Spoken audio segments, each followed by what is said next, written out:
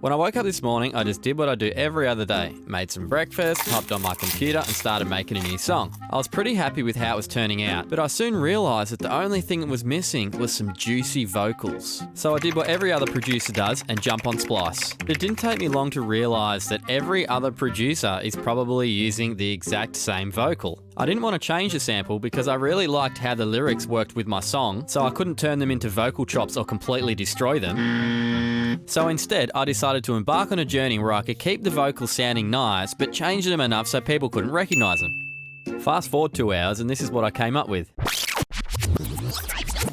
Firstly, I cut the vocal so it could fit perfectly into my song. Then I added an EQ8 and removed all of the muddy frequencies with a low cut.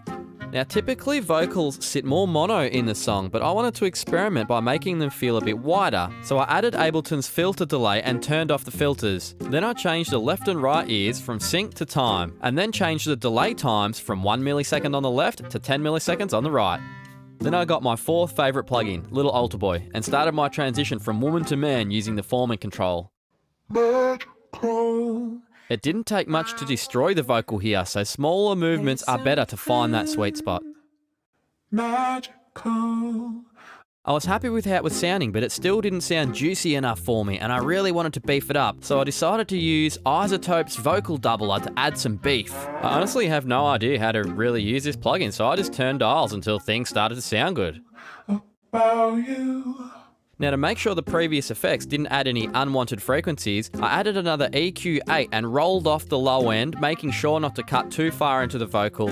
I also added a high shelf and boosted it a few decibels. The only thing it needed now was some reverb and delay, so I used my return tracks to mix it into taste. And this is what it sounds like. There is something magical about you.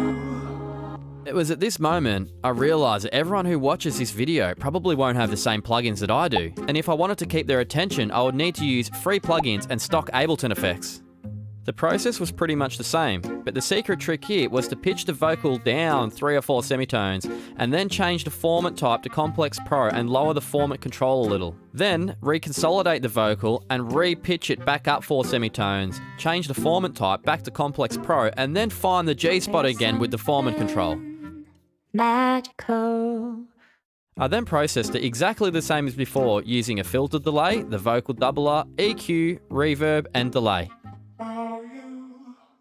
And this is when it hit me. Why can't I use this on every vocal? So I jumped back into Splice, downloaded a few vocals that were in a different key, and started messing around to see what I could come up with. The before and after results were amazing. Don't you wanna love me better, love me better, love me now? Don't you wanna fix our problems? The trick to getting this to work is to pick a vocal sample that's only a few semitones away from your song's key. Then all you do is shift it into your song's key and follow the exact same process as I mentioned earlier. I felt happy with my results and that I could potentially help people with this problem. So after all my hard work, I decided to make myself a nice cup of tea, sit back and watch a movie.